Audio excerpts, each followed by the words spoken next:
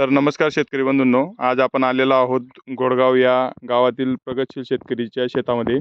तर दादांची केळी लागवड झालेली होती आणि केळीमध्ये मोठ्या प्रमाणात तण झालेलं होतं.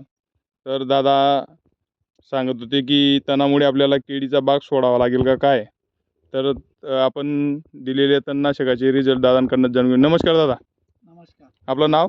निलेश पाटील, राहणार गोडगाव, तालुका चोपडा, जिल्हा जळगाव. चोपडा, जिल्हा जळगाव. आपण ही केळी मार्चमध्ये लागवड केली होती, बरोबर.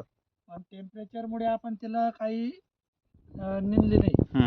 कसं आहे, निंदली तर उन्हाचा ट्रेस हा, बसेल तिला. तीव्र झटका बसेल, त्याच्यामुळे आपण काही निंदली नाही. पण या मागच्या पावसात तिच्यात इतकं जबरदस्त तण झालं, जवळजवळ गुडघ्याच्या वरती तण होतं.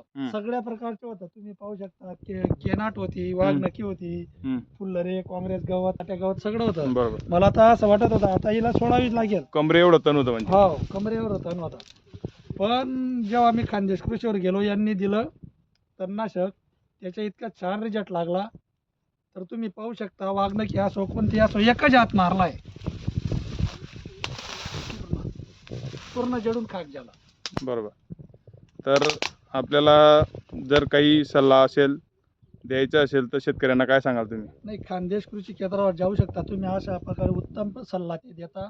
तर माझे पहिल्यापासूनच ट्रीटमेंट त्यांच्याकडूनच चालते आणि ते स्वतः अनुभवी शेतकरी असल्यामुळे त्याच्या तो जे आपल्या शेतकऱ्यांना फायदा होता ते योग्य आहे, तेच आपल्याला ते औषधी देतात. काही असो, ते कीटकनाशक राहो, तणनाशक राहो किंवा लिक्विड फॉर्ममध्ये असो.